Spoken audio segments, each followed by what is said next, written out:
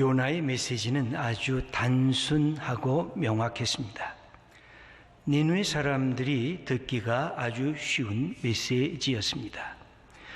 요나서 3장 4절을 보면 40일이 지나면 니느웨가 무너지리라.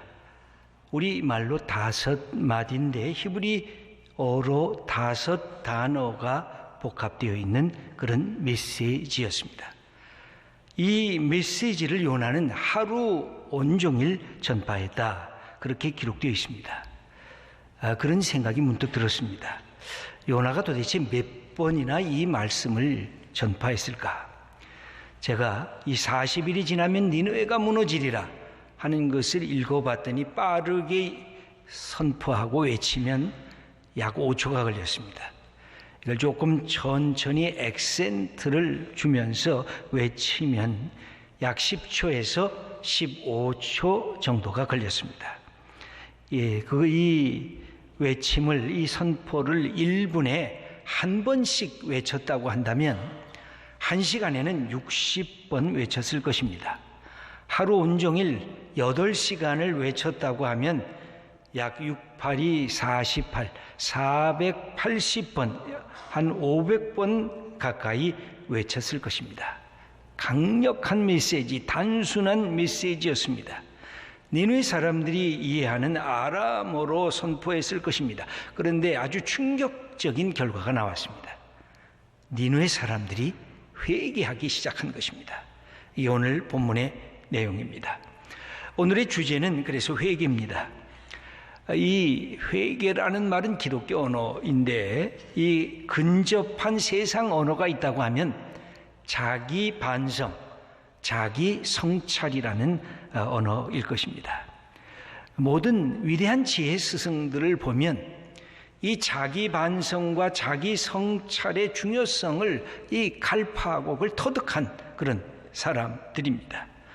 내 정체성이 뭔가, 내가 지금 하는 것이 무슨 의미가 있는가, 내가 지금 왜 여기 있는가, 자기의 삶을 이렇게 되돌아보는 능력, 이게 지혜자들이 갖고 있었던 공통성이었습니다.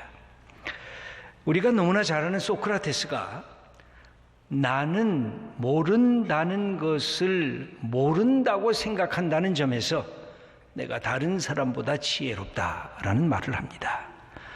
그런 유명한 너 자신을 알라는 이 경구를 우리에게 남겼습니다.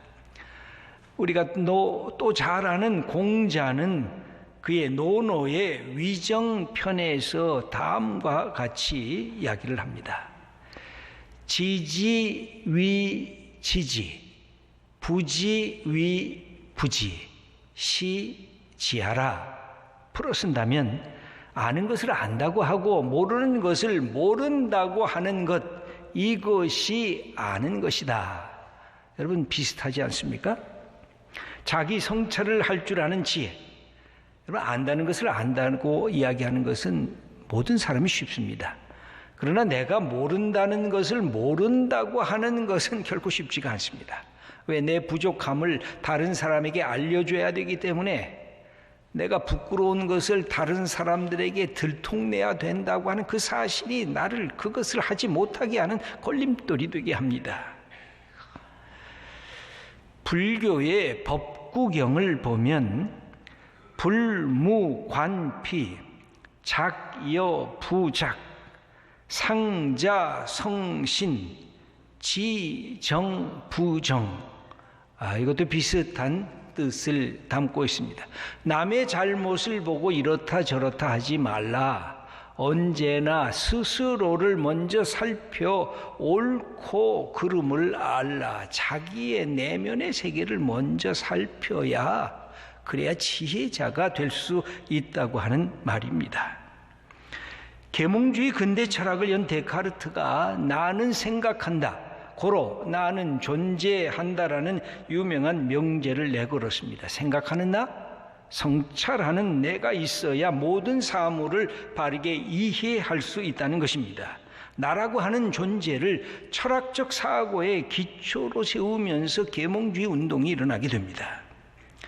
이 나에 대한 자기 성찰, 우리의 민족 시인으로 알려진 윤동주가 젊은 시절에 나라 잃은 백성의 아픔을 반추하면서 자기 성찰을 하고 있는 시를 우리가 읽어볼 수가 있습니다.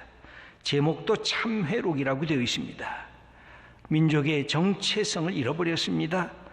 그 속에서 자기 성찰을 가슴 아프게 그렇게 표현하고 있는데 그것이 우리에게 다가오는 그 시입니다. 여러분들도 읽어본 시일 것입니다. 한번 제가 천천히 윤동주의 참회록이라고 하는 시를 읽어보겠습니다.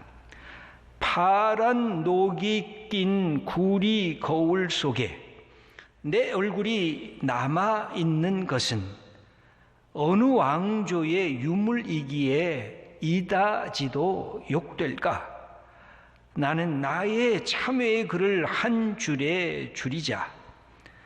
만 24년 1개월을 무슨 기쁨을 바라 살아왔던가? 내일이나 모레나 그 어느 즐거운 날에 나는 또 한 줄의 참회록을 써야 한다. 그때 그 젊은 나이에 왜 그런 부끄러운 고백을 했던가? 밤이면 밤마다 나의 거울을 손바닥으로 발바닥으로 닦아보자. 그러면 어느 운석 밑으로 홀로 걸어가는 슬픈 사람의 뒷모양이 거울 속에 나타나온다. 그런 시입니다. 나라를 상실한 치욕의 역사 속에서 아무 역할도 할 수 없고 꿈을 제대로 꿀 수도 없이 살아가는 자기 자신의 부끄러움을 표현하는 참회의 시입니다. 이 시를 쓴 나이가 스스로 고백하기를 24살의 젊은 청년 때에 민족의 역사를 고뇌를 담고서 쓴 시라고 할 수가 있습니다. 여러분, 자기 고뇌를 갖고 있다는 것, 자기 성찰을 할 수 있다는 것은 이게 축복입니다. 그래야 인간이 변화될 수 있고, 그래야 인간이 성숙될 수 있고, 그래야 새로운 것을 향해서 나갈 수 있기 때문에 그렇습니다. 여러분, 오늘 우리가 살고 있는 우리 시대를 보면 시대의 문제점이 뭘까요? 많은 문제가 있지만 한마디로 표현하면 자기 반성과 자기 성찰을 잊고 사는 시대가 아닌가. 문제만 발생하면 남의 탓만 하고 남에게만 손가락질하며 분노하고 있는 우리의 모습은 없는가 우리가 되돌아보게 됩니다. 정작 나 자신이 해야 할 일은 등한시하고 있는 것은 아닌가. 어쩌면 나 자신을 굳게 닫아 걸고 마치 자폐증 환자처럼 내 자신이 누구인가를 묻지를 않는 것, 나 자신에 대한 인식이 결여되어 있고 나 자신의 정체성을 들여다보기를 겁내는 이 시대, 나를 객관적으로 투시할 수 있는 것을 가로막는 일종의 자폐적 환자처럼 자폐적 사회 속에서 우리가 살아가고 있는 그런 고통과 그런 슬픔과 애통을 우리가 경험하고 있는 것은 아닌가 하고 자문자답해보게 됩니다. 여러분, 자기 성찰이란 인생에서 매우 소중한 것입니다. 자기 성찰만 가져도 인생은 성숙할 수가 있습니다. 하지만 기독교에서 회개는 자기 성찰을 뛰어넘습니다. 회개는 자기 성찰에 아주 끝까지 꿰뚫고 들어가는 힘이라고 할 수가 있는데, 우리가 세상적인 자기 성찰과 회개가 비슷하기는 하지만 전혀 다른 점이 있습니다. 그게 뭘까요? 자기 성찰은 자기 내면에게 스스로에게 하는 것입니다. 때로는 사람 앞에서 하는 것입니다. 그러나 회개란 하나님 앞에서 하는 것입니다. 내 머리에서 발끝까지 나를 다 아시는 분, 내 내면의 세계의 생각과 내 속의 욕망의 꿈틀거림까지 다 포착하시는 하나님 앞에서 나 자신을 고백하는 것입니다. 그러므로 기독교의 회개란 하나님 앞에서 내 자신을 벌거벗기는 것입니다. 내 자신을 해부하는 것입니다. 내 자신을 해체시키는 것입니다. 자기 성찰이란 인간의 자아를 성찰하지만 마지막까지 남아있는 것이 자아입니다.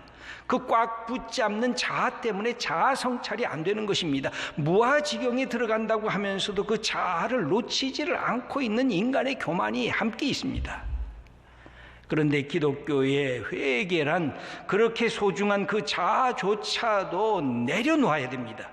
내가 갖고 있는 자아를 거대한 자아인 하나님의 자아 속에 던져 놓는 것이 바로 회개인 것입니다. 이렇게 될 때 하나님께서는 우리에게 놀라운 사건을 만들어내십니다. 내 옛 자아를 무너뜨리십니다.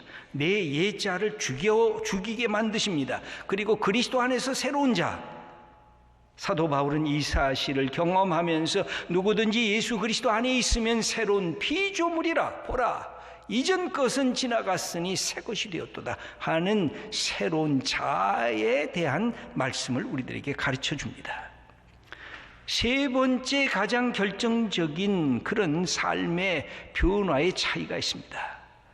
온전한 우리가 회개에 들어가게 되면 진정한 자유를 경험하기 시작합니다. 이것은 용서받은 평화, 세상이 주지 못하는 평화, 세상이 주지 못하는 기쁨의 감격을 경험하는 것이 바로 이 회개한 사람들의 축복입니다. 회개란 그래서 기독교의 입문이 아닙니다. 기독교의 입문이면서 기독교의 삶의 신앙의 삶의 내용이고 신앙의 삶의 마지막까지 지속되는 것이 회개입니다.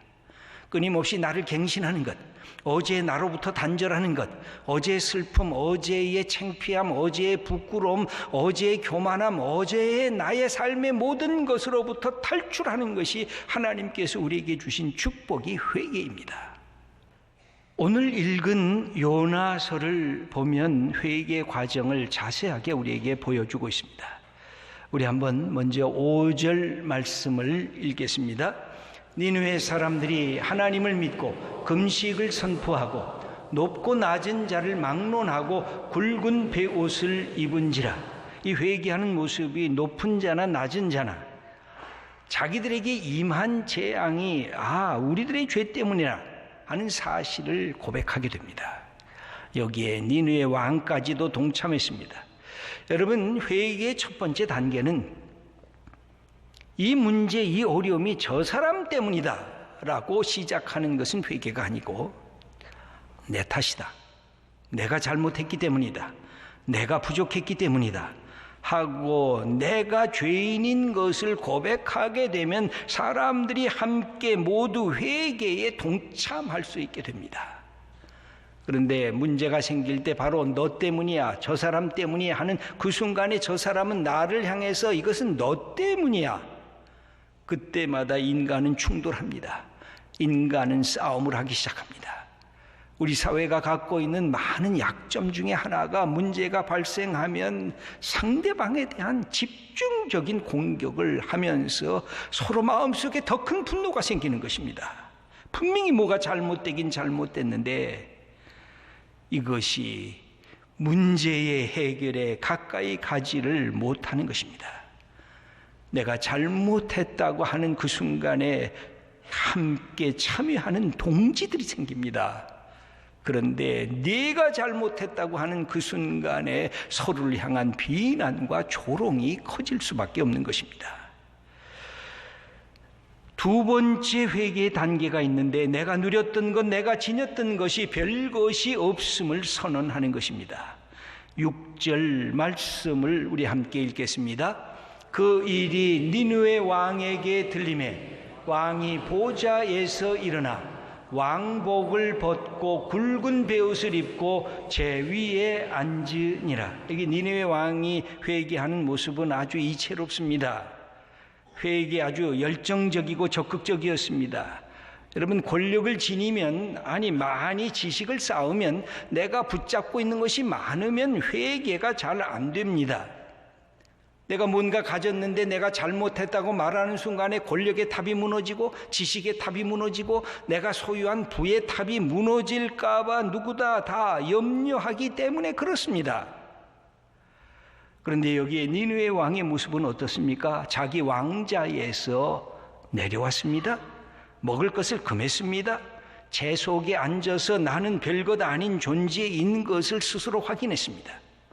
내가 통치자지만 나보다 더 큰 통치자가 있다는 사실 앞에 부복했던 것입니다. 내가 왕이지만 나보다 더 큰 왕이 있다는 사실 앞에 겸손히 자기의 모습을 내려놓은 것입니다. 기득권의 자리를 박찼습니다. 권위를 내려놓았습니다. 하나님의 국류를 덧입기를 소원했습니다. 여러분, 권력자들은 그래서 자기가 잘못했다는 말을 안 합니다. 그리고 어떻게 합니까? 힘 있는 자들은 어디엔가 속죄양을 만듭니다. 야, 저기 네가 잘못한 거야. 아니, 이번에는 너가 잘못한 거야. 하면서 속죄양을 통해서 자기가 잘못한 것을 대체시키는 것이 힘 있는 자들, 가진 자들이 갖고 있는 삶의 그런 모습이기도 합니다. 그런데 오늘 여기에 나타나는 니느웨 왕은 솔선수범해서 낮아졌습니다. 여러분, 이것은 그렇게 거대한 국가 단위를 얘기하지 않아도 괜찮습니다. 여러분의 가정은 어떻습니까? 여러분이 아버지십니까? 여러분이 남편이십니까? 가장이 문제가 가정에 생길 때 이건 내가 잘못 생각했수다. 이건 내가 뭔가 판단 미스였어 하고 가장이 먼저 그 고백을 하면 그 가정이 평안해집니다. 그 가정이 행복해집니다. 그런데 아내를 향해서 이건 당신 잘못이야. 당신이 이렇게 했어. 자녀들을 향해서 이건 내 놈들 때문이야 라고 말하는 그 순간에 그 가정의 문제는 해결되지 않고도 힘든 마음의 상처를 받는 것으로 가게 됩니다. 여러분이 아버지십니까? 여러분이 남편이십니까? 그러면 가정을 어떻게 해야 되는지, 이 왕이 갖고 있는 이 모습 속에서 우리가 배워야 할 것이 있습니다. 우리의 이 문제, 내 탓이라고, 내 잘못이라고, 내 부족함 때문이라고. 그러면 문제가 해결되기를 시작합니다. 여기에 이 두 번째 단계의 왕의 모습은 그러했습니다. 세 번째 단계가 있습니다. 내가 지금까지 행했던 악, 지금까지 행했던 거짓과 불의를 과감하게 때려부시는 것입니다. 삶의 거룩성을 회복하는 세 번째 단계입니다. 8절의 말씀을 우리 함께 읽겠습니다. 힘써 하나님께 부르짖을 것이며 각기 악한 길과 손으로 행한 강포에서 떠날 것이라. 그랬습니다. 악한 길에서 떠나라는 겁니다.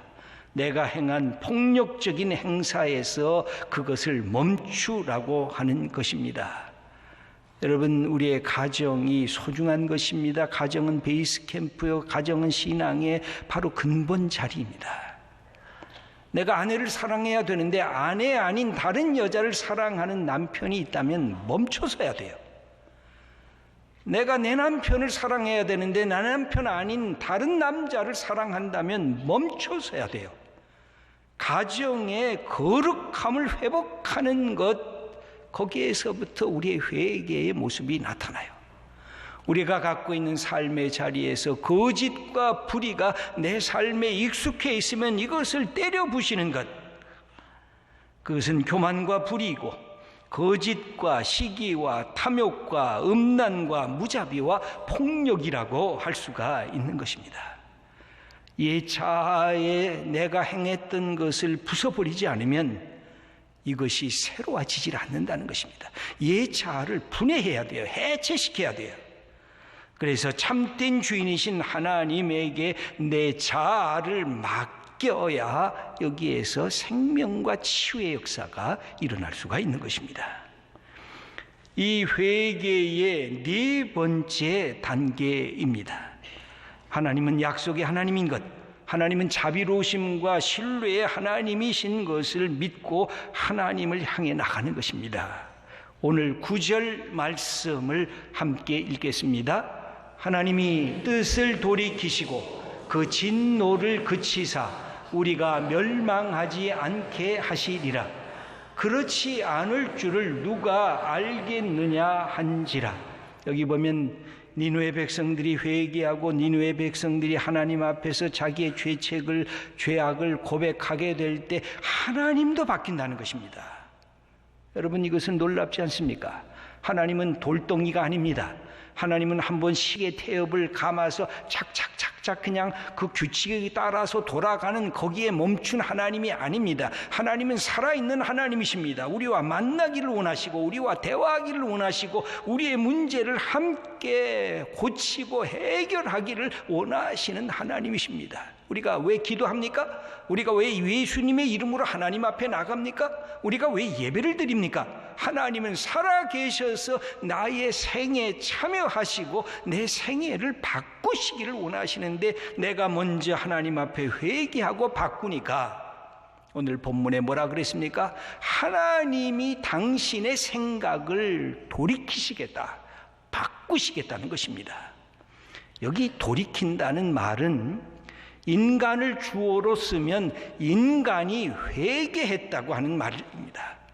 이것을 하나님의 주어로 쓰면 세속적인 말로 쓴다고 하면 하나님이 회개했다는 뜻입니다. 실제로 킹 제임스 버전은 God will repent 그렇게 번역하고 있어요. God repented 이렇게 번역하고 있어요. 하나님이 회개할 거다, 하나님이 회개했다, 하나님이 돌이키셨다는 것입니다. 여러분, 우리의 회개는 하나님의 마음을 바꾸는 것입니다. 하나님이 계획하셨던 진노를 멈추시고 하나님의 사랑을 우리에게 베풀어 주시겠다는 것. 여러분, 회개란 참으로 위대한 용기 있는 하나님의 사람들이 행하는 축복인 것입니다. 사랑하는 귀한 믿음의 성도, 믿음의 친구 여러분, 여러분이 갖고 있는 아픔들이 뭐예요? 여러분이 아침만 눈 뜨면 나를 괴롭히고 있는 이 잡다한 생각들이 뭐예요? 다르게는 해결할 수가 없어요. 아무리 내가 내 속을 들여다보고 자아성찰을 해도 안 바뀌어져요. 누구에게 토해내기 전까지는. 살아계신 하나님, 나를 사랑하시는 하나님, 예수 그리스도를 통해서 나에게 다가오신 약속의 하나님께 모든 것을 토해내면 바꿔져요. 그분의 용서를 받으면 내 안에 용서의 기쁨, 그리고 하나님에 대한 사랑, 이 세상 어느 누구도 주지 못하는 평안함을 가질 수가 있어요. 하나님께서 우리의 회개를 보고 하나님이 바꾸셨어요. 우리를 사랑하시기 위해서. 우리의 한 분 한 분, 여러분이 갖고 있는 아픔들을 토해내시고 우리의 인생을 리셋하셔야 돼요. 여러분, 어쩌면 매일매일 해야 될지도 몰라요. 또 넘어지니까, 또 실패하니까 그냥 또 리셋하세요. 하나님이 우리와 함께 하실 거예요. 이런 믿음의 사람들, 회개하는 용기와 하나님의 은총을 받는 사람 다 되시기를 축원합니다.